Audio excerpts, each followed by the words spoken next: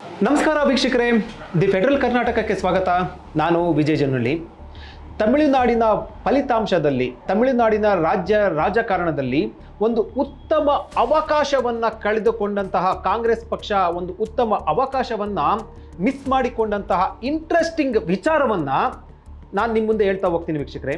ಚುನಾವಣೆಗಿಂತ ಮುಂಚೆ ಟಿವಿಕೆ ಪಕ್ಷದ ನಟ ವಿಜಯ್ ಜೊತೆ ಕಾಂಗ್ರೆಸ್ ಪಕ್ಷ ಮೈತ್ರಿ ಮಾಡಿಕೊಂಡು ಚುನಾವಣೆ ಎದುರಿಸುವಂತಹ ಒಂದು ಅವಕಾಶವನ್ನ ಮಿಸ್ ಮಾಡಿಕೊಂಡಂತಹ ವಿಚಾರ ಈಗ ಬಹಿರಂಗ ಆಗಿರುವಂಥದ್ದು. ಅದು ರಾಹುಲ್ ಗಾಂಧಿಯವರ ಮಾತನ್ನ ಕೇಳದೆ ಕಾಂಗ್ರೆಸ್ ನಾಯಕರುಗಳು ಮಾಡಿದಂಥ ಎಡವಟ್ಟಿನಿಂದ ಕಾಂಗ್ರೆಸ್ ಪಕ್ಷ ಇಂದು ತಮಿಳುನಾಡಿನಲ್ಲಿ ಹೀನಾಯ ಸ್ಥಿತಿಗೆ ತಲುಪಿರುವಂತಹ ವಿಚಾರ ಈಗ ಬೆಳಕಿಗೆ ಬಂದಿರುವಂಥದ್ದು. ಹೌದು ವೀಕ್ಷಕರೇ, ಚುನಾವಣೆಗಿಂತ ಮುಂಚೆ ರಾಹುಲ್ ಗಾಂಧಿಯವರು ಟಿವಿಕೆ ಪಕ್ಷದ ಜೊತೆ ಅಂದರೆ ನಟ ವಿಜಯ್ ಜೊತೆ ಮೈತ್ರಿ ಮಾಡಿಕೊಂಡು ಚುನಾವಣೆಗೆ ಹೋಗೋಣ ಅಂತ ಕಾಂಗ್ರೆಸ್ ಪಕ್ಷದ ನಾಯಕರುಗಳಿಗೆ ಕಿವಿ ಮಾತನ್ನು ಹೇಳಿದ್ರು, ಸಲಹೆಯನ್ನು ಕೊಟ್ಟಿದ್ರು. ಆದರೆ ಕಾಂಗ್ರೆಸ್ ಪಕ್ಷದ ಹಿರಿಯ ನಾಯಕರುಗಳು ರಾಹುಲ್ ಗಾಂಧಿಯವರ ಮಾತನ್ನು ತಿರಸ್ಕಾರ ಮಾಡಿ, ರಾಹುಲ್ ಗಾಂಧಿಯವರ ಮಾತನ್ನು ಕೇಳದೆ ಬೇಡ ಅಂತ ಹೇಳುವ ಮೂಲಕ ಒಂದು ಉತ್ತಮ ಅವಕಾಶವನ್ನು ಮಿಸ್ ಮಾಡಿಕೊಂಡು ಈಗ ಕೈ ಇಸಿಕೊಳ್ಳುತ್ತಿರುವಂತಹ ಸ್ಥಿತಿ ಕಾಂಗ್ರೆಸ್ ಪಕ್ಷಕ್ಕೆ ಬಂದಿರುವಂಥದ್ದು. ಹೌದು ವೀಕ್ಷಕರೇ, ಚುನಾವಣೆಗಿಂತ ಮುಂಚೆ ಅಂದರೆ ಚುನಾವಣೆ ಪಂಚರಾಜ್ಯಗಳ ಚುನಾವಣೆಗಿಂತ ಮುಂಚೆ ಅಂದರೆ ಪೂರ್ವ ತಯಾರಿಯ ಸಂದರ್ಭದಲ್ಲಿ ರಾಹುಲ್ ಗಾಂಧಿಯವರು ಕಾಂಗ್ರೆಸ್ ಪಕ್ಷದ ಹಿರಿಯ ನಾಯಕರುಗಳ ಸಭೆಯನ್ನು ನಡೆಸಲಾಗ್ತಾ ಇರ್ತದೆ, ಸಭೆಯನ್ನು ಕರೆದಿರ್ತಾರೆ. ಆ ಸಂದರ್ಭದಲ್ಲಿ ಒಂದು ವಿಚಾರವನ್ನು ರಾಹುಲ್ ಗಾಂಧಿ ಅವರು ಹೇಳ್ತಾರೆ. ತಮಿಳುನಾಡಿನಲ್ಲಿ ವಿಜಯ್ ಅವರು ಚುನಾವಣೆಯ ತಯಾರಿಯಲ್ಲಿ ತೊಡಗಿರ್ತಾರೆ. ಆ ಸಂದರ್ಭದಲ್ಲಿ ರಾಹುಲ್ ಗಾಂಧಿ ಕಾಂಗ್ರೆಸ್ನ ಹಿರಿಯ ನಾಯಕರುಗಳಿಗೆ ಒಂದು ಮಾತನ್ನು ಹೇಳ್ತಾರೆ. ಈ ಬಾರಿ ಚುನಾವಣೆಯಲ್ಲಿ ಡಿಎಂಕೆ ಪಕ್ಷದ ಜೊತೆ ನಮ್ಮ ಮೈತ್ರಿ ಬೇಡ, ಟಿವಿಕೆ ಪಕ್ಷ ವಿಜಯ್ ಜೊತೆ ನಾವು ಮೈತ್ರಿ ಮಾಡಿಕೊಂಡು ಚುನಾವಣೆಗೆ ಹೋಗೋಣ.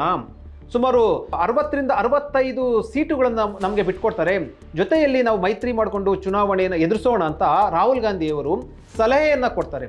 ಅದಕ್ಕೂ ಮುನ್ನ ಟಿವಿಕೆ ಪಕ್ಷದ ಸಂಸ್ಥಾಪಕನ ನಟ ವಿಜಯ್ ರಾಹುಲ್ ಗಾಂಧಿ ಜೊತೆ ಮಾತನಾಡಿದ್ದಾರೆ ಅಂತ ಹೇಳಲಾಗ್ತಾ ಇದೆ. ಯಾಕಂದರೆ ರಾಹುಲ್ ಗಾಂಧಿ ಅವ್ರ ಜೊತೆ ವಿಜಯ್ ಮಾತನಾಡಿದ ಹಿನ್ನೆಲೆಯಲ್ಲಿ ಚುನಾವಣೆಗಿಂತ ಮುಂಚೆ ರಾಹುಲ್ ಗಾಂಧಿಯವರು ಪಕ್ಷದ ಹಿರಿಯ ನಾಯಕರುಗಳ ಸಭೆಯಲ್ಲಿ ಈ ವಿಚಾರವನ್ನು, ಈ ಪ್ರಸ್ತಾವನೆಯನ್ನು ಮುಂದಿಡ್ತಾರೆ.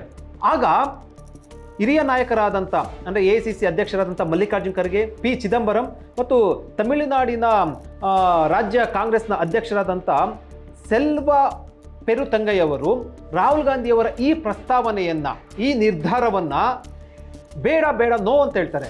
ಯಾಕಂದರೆ ಟಿವಿಕೆ ಜೊತೆ ಈಗ ಮೈತ್ರಿ ಅಂದರೆ ವಿಜಯ್ ಜೊತೆ ಈಗ ಮೈತ್ರಿ ಮಾಡಿಕೊಳ್ಳುವಂಥದ್ದು ಬೇಡ, ಅದು ಒಂದು ರೀತಿಯಲ್ಲಿ ರಿಸ್ಕ್ ಫ್ಯಾಕ್ಟ್ರು. ಯಾಕಂದರೆ ಈಗಾಗಲೇ ಕೂಡ ನಾವು DMK ಜೊತೆ ಮೈತ್ರಿ ಮಾಡ್ಕೊಂಡಿದ್ದೇವೆ ಹಲವಾರು ವರ್ಷಗಳಿಂದ. ಈಗ ಏಕಾಏಕಿ ಮೈತ್ರಿಯನ್ನು ತೊರೆದು ನಾವು ಟಿವಿಕೆ ಪಕ್ಷದ ಜೊತೆ ಮೈತ್ರಿ ಮಾಡಿಕೊಂಡ್ರೆ ಬೇರೆಯ ಸಂದೇಶ ಹೋಗುತ್ತೆ. ಒಂದು ವೇಳೆ ಮೈತ್ರಿ ಮಾಡಿಕೊಂಡ ನಂತರ ನಮಗೆ ಹೆಚ್ಚು ಸೀಟು ಬರಲಿಲ್ಲ ಅಂತಂದರೆ ಆಗ DMK ಜೊತೆ ಮತ್ತೆ ವಿಶ್ವಾಸವನ್ನು ಹೋಗುತ್ತೆ, ಮತ್ತೆ ವಿಶ್ವಾಸ ಕೆಡುತ್ತೆ.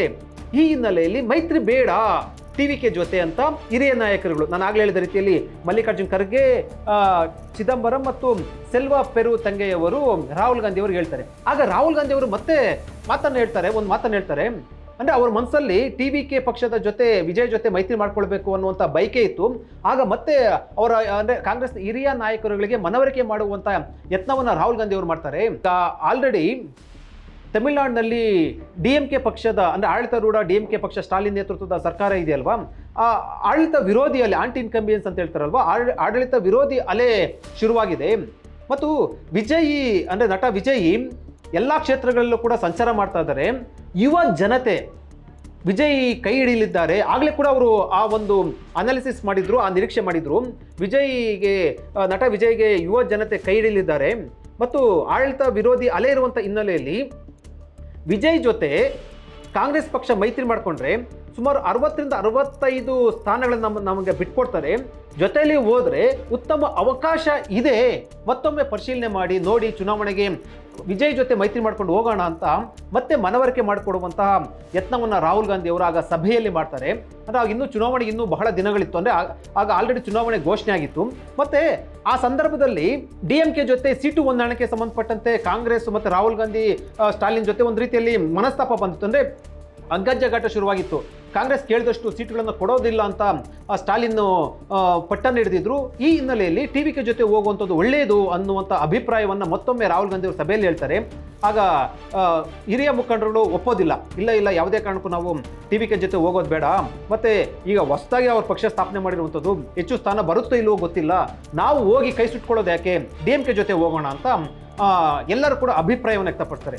ಎಲ್ಲ ಹಿರಿಯ ನಾಯಕರು ಅಭಿಪ್ರಾಯ ವ್ಯಕ್ತಪಡಿಸಿದ ನಂತರ ರಾಹುಲ್ ಗಾಂಧಿ ಅವರು ಓಕೆ ಅಂತ ಹೇಳ್ತಾರೆ. ಯಾಕಂದ್ರೆ ಅವ್ರು ಬೇರೆ ದಾರಿನೂ ಕೂಡ ಇಲ್ಲ, ಓಕೆ ಅಂತ ಹೇಳ್ತಾರೆ. ಆದರೆ ರಿಸಲ್ಟ್ ಬಂದ ನಂತರ ಈಗ ಕೈ ಇಸಿಕೊಳ್ಳುವಂತಹ ಪರಿಸ್ಥಿತಿ ಕಾಂಗ್ರೆಸ್ಗೆ ನಿರ್ಮಾಣ ಆಗಿರುವಂಥದ್ದು. ವೀಕ್ಷಕರೇ, ಈಗ ಕಾಂಗ್ರೆಸ್ನ ವಲಯದಲ್ಲಿ ಏನು ಚರ್ಚೆ ಆಗ್ತಾ ಇದೆ ಅಂತಂದ್ರೆ, ಒಂದು ವೇಳೆ ರಾಹುಲ್ ಗಾಂಧಿಯವರ ಮಾತನ್ನ ಕಾಂಗ್ರೆಸ್ ಪಕ್ಷದ ಹಿರಿಯ ನಾಯಕರು ಕೇಳಿ ಟಿವಿಕೆ ಜೊತೆ ಅಂದ್ರೆ ನಟ ವಿಜಯ್ ಜೊತೆ ಹೊಂದಾಣಿಕೆ ಮಾಡಿಕೊಂಡು ಮೈತ್ರಿ ಮಾಡಿಕೊಂಡು ಹೋಗಿದ್ರೆ, ಈಗ ತಮಿಳುನಾಡಿನಲ್ಲಿ ಟಿವಿಕೆ ಪಕ್ಷದ ಅಂದ್ರೆ ಸರ್ಕಾರದ ಒಂದು ಭಾಗವಾಗಿ ಕಾಂಗ್ರೆಸ್ ಪಕ್ಷ ಇರ್ತಾ ಇತ್ತು.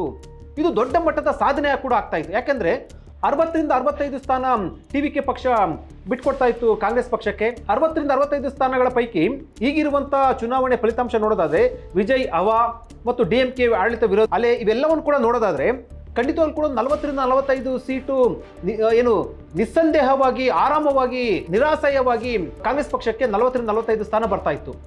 ಆಗ ಸರ್ಕಾರದ ಅಧಿಕೃತ ಪಾಲುದಾರರಾಗಿ ಕಾಂಗ್ರೆಸ್ ಪಕ್ಷ ಇರ್ತಾ ಇತ್ತು. ಒಂದು ಉಪಮುಖ್ಯಮಂತ್ರಿ ಸ್ಥಾನ ಕೂಡ ದೊರಕುವಂತ ಸಾಧ್ಯತೆ ಇತ್ತು. ಇಲ್ಲಾಂದ್ರೆ ಸಚಿವ ಸ್ಥಾನ ಕೂಡ ಕಾಂಗ್ರೆಸ್ ಪಕ್ಷಕ್ಕೆ ಒಂದು 7ರಿಂದ 8 ಸಚಿವ ಸ್ಥಾನ ಕೂಡ ಬರುವಂತ ಸಾಧ್ಯತೆ ಇತ್ತು.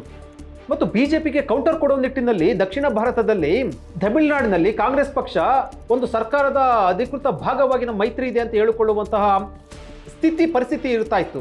ಅದು ಇವೆಲ್ಲವನ್ನು ಕೂಡ ಅವಕಾಶ ಮಿಸ್ ಆಯಿತು. ಅದಕ್ಕೆ ಕಾರಣ ಮಲ್ಲಿಕಾರ್ಜುನ್ ಖರ್ಗೆ ಅವರು, ಪಿ ಚಿದಂಬರಂ ಮತ್ತು ತಮಿಳುನಾಡಿನ ಕಾಂಗ್ರೆಸ್ನ ರಾಜ್ಯಾಧ್ಯಕ್ಷ ಸೆಲ್ವಾ ಪೆರು ತಂಗೈ ಅವರು. ಅಂದರೆ ರಾಹುಲ್ ಗಾಂಧಿ ಅವರು ಮುಂಚೆನೇ ಕೂಡ ಪ್ರೆಡಿಕ್ಟ್ ಮಾಡಿದ್ರು, ಒಂದು ಅನಾಲಿಸಿಸ್ ಕೂಡ ಕೊಟ್ಟಿದ್ರು, ಟಿವಿಕೆ ಜೊತೆ ಮೈತ್ರಿ ಮಾಡಿಕೊಂಡ್ರೆ ಒಳ್ಳೇದಾಗುತ್ತೆ ಅಂತ.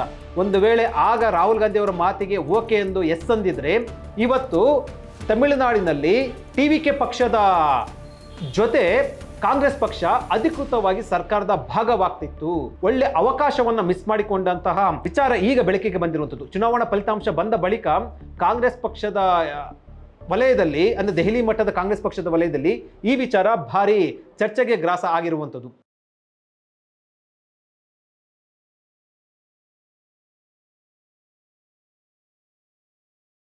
ಹೆಚ್ಚಿನ ಸುದ್ದಿ ಅಪ್ಡೇಟ್ಗೆ ಈಗಲೇ the federal Karnataka YouTube page ಅನ್ನು ಸಬ್ಸ್ಕ್ರೈಬ್ ಮಾಡಿ.